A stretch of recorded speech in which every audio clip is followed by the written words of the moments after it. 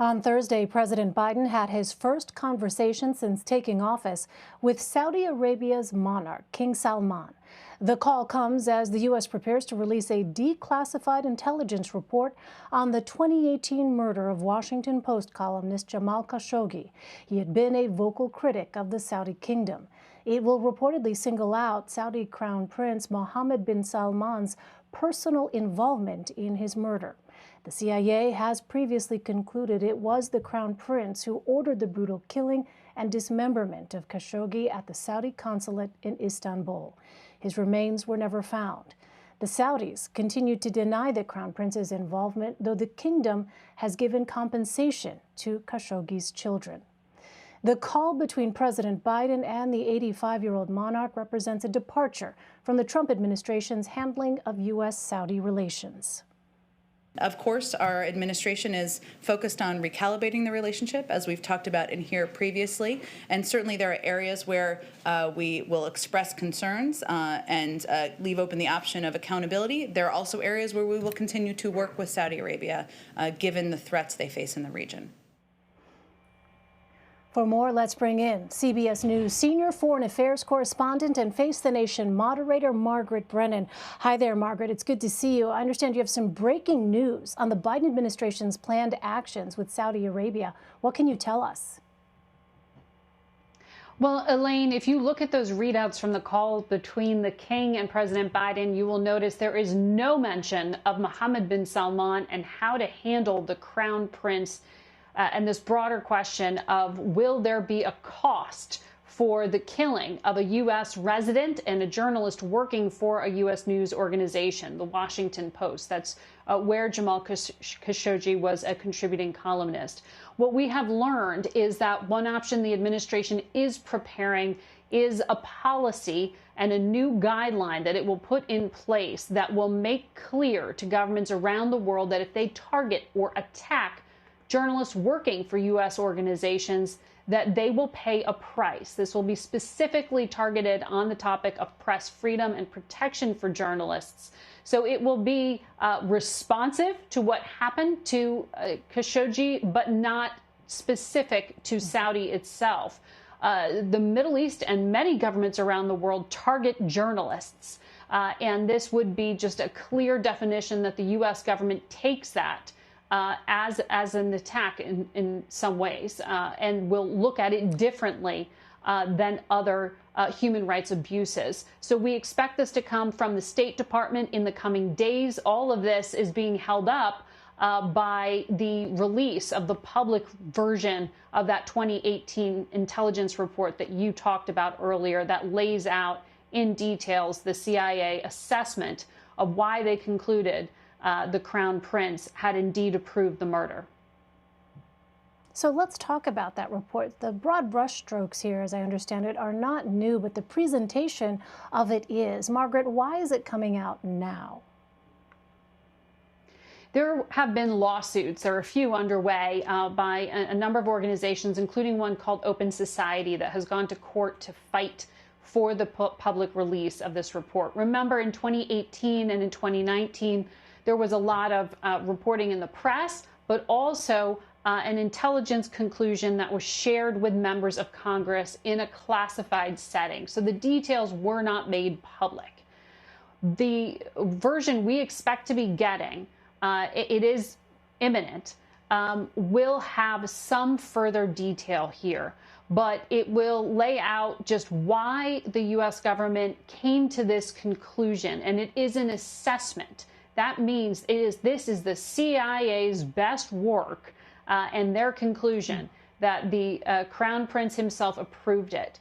But we shouldn't be expecting sources and methods, the way they came to that conclusion, the evidence that they looked at in order to back that up. All of that is likely to remain protected for U.S. government reasons. But it is journalists that have uncovered large parts of it, and it is also the Turkish government, remember, that first came forward and said they actually had an audio recording of the murder as it happened.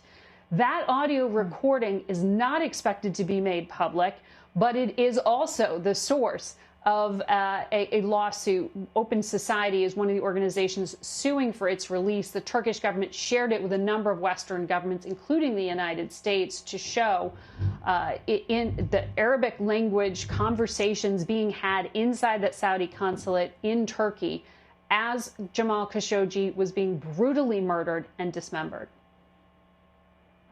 We await that report. Margaret, I also want to ask you about change in the U.S.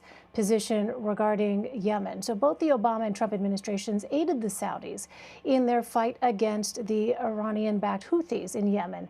How does the Biden administration plan to handle that conflict? The war in Yemen is incredibly brutal. It has been Saudi-led. It has been U.S.-assisted, because one of the things that both the Obama and the Trump administrations wanted to try to do was to reduce civilian casualties. In Yemen, this was an attempt to try to help Saudi target more carefully instead of causing civilian casualties.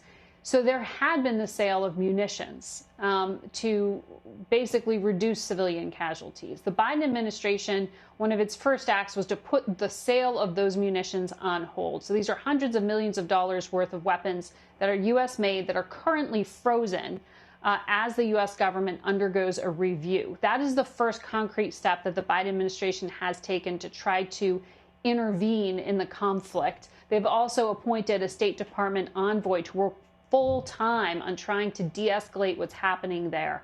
He is a very experienced, longtime diplomat named Timothy Lenderking, and he is already traveling back and forth to the region.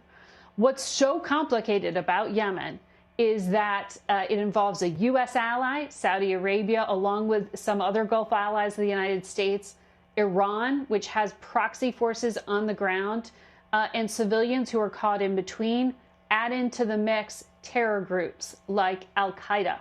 So the U.S. is supportive of continued strikes against al-Qaeda, but is asking for a review of the kind of military actions the Saudi government is taking against other groups that could cause civilian casualties. So this is a big tangled web that the United States is caught in right now, and the Biden administration is looking at how they can review all these weapons sales. And by the way, the person overseeing that war in Yemen is Mohammed bin Salman, the crown prince. He is also the standing defense minister of Saudi Arabia. So it is impossible to not deal with the crown prince at this point. He is not just the heir apparent to an 85-year-old monarch, but he is the man running the military. The power, really, behind the throne, as some have said.